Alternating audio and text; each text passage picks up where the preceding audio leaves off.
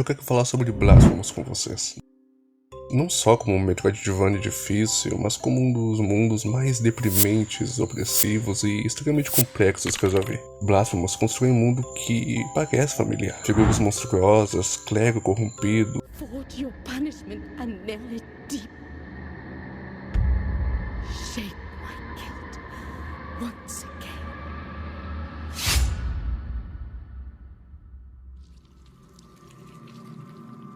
Sofrimento extremo, pois é, lembra muito um Dark Souls da vida, eu sei. Mas a diferença aparece rápido. Enquanto que em Dark Souls existe conflito, existe oposição, existe ambição, você derrota antigos senhores para atrasar o fim do mundo, quebrar uma ordem ou assumir um trono. Em Blasphemous isso não acontece. Ninguém luta contra o sofrimento. As pessoas não se rebelam contra o milagre doloroso, elas rezam por ele. Personagens mutilados, desfigurados, quebrados, não perguntam como isso aconteceu, mas sim apenas perguntam por que eu mereci isso. E o jogo nunca responde. Nem ao menos o protagonista sabe ao certo qual foi seu pecado. Nem o jovem cuja julgação iniciou tudo, e nem a mulher da cena inicial. A culpa simplesmente só existe. E isso cria um mundo profundamente deprimente. Não por ele ser cruel, mas porque todas as punições parecem não ser condizentes com os pecados cometidos na maioria das vezes. Esse foi o ponto que mais me afetou na narrativa e na construção desse mundo. Ninguém quer ser salvo.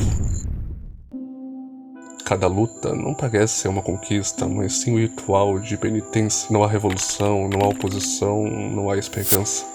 Só a aceitação. A construção de mundo dele supera facilmente a de Dark Souls. Como já havia dito antes, nossa busca não é por ambição, mas por arrependimento e punição. Esse tema permeia todo mundo de Blasphemous e cada personagem nele. Até a descrição dos itens não são apenas informações sobre o universo do jogo. Quase todas elas revelam o terrível destino de seu dono. Mas de onde vem tanto pecado? E principalmente, por que tanta punição? Todos os eventos horríveis no mundo do jogo começaram quando um jovem rezou para ser punido por sua grande culpa.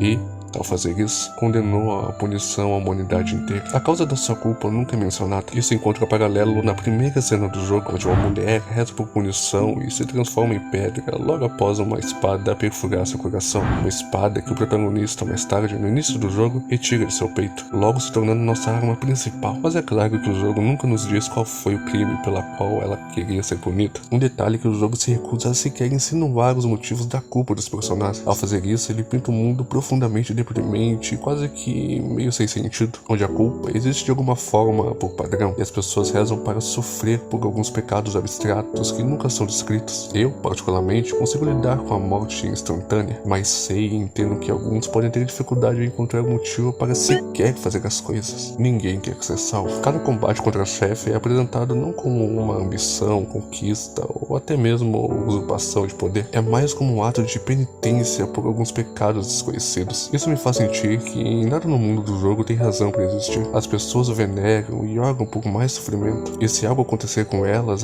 só simplesmente dizem que o milagre age de maneiras misteriosas. A DLC do jogo expande a história e adiciona um final que oferece um desfecho adequado. No entanto, eu descobri essa informação tão tarde no jogo que elas não afetaram muito a minha percepção do mundo. Além disso, esse final não está presente na versão base do jogo. Mas eu entendo que é possível interpretar os eventos no jogo como uma alegoria da antiga igreja católica e do santo ofício da Inquisição. Naquela época, as pessoas podiam ser processadas pela igreja por motivos arbitrários, e a relutância do jogo em mencionar a natureza de quaisquer pecados pode ser uma alusão a isso. No entanto, quando eu estou jogando, aceito os eventos pelo seu valor intrínseco. Uma pessoa rezando por punição é apenas uma pessoa para mim, não uma representação de um recorte da sociedade medieval. Mudando agora o tom e o contexto da conversa, uma comparação que eu queria fazer é entre Blasphemous e Dead Cells, e dizer algo que eu sei que vai ser polêmico, de que Blasphemous é um Dead Cells, só que mais lento. Pra mim eles são muito parecidos, mas com uma grande diferença. Quando você morre em Dead Cells, você pensa, ok, eu fui lento, errei o timing, dava pra ter jogado melhor. Dead Cells te convence de que toda morte é culpa sua. Aí você entra em Blasphemous e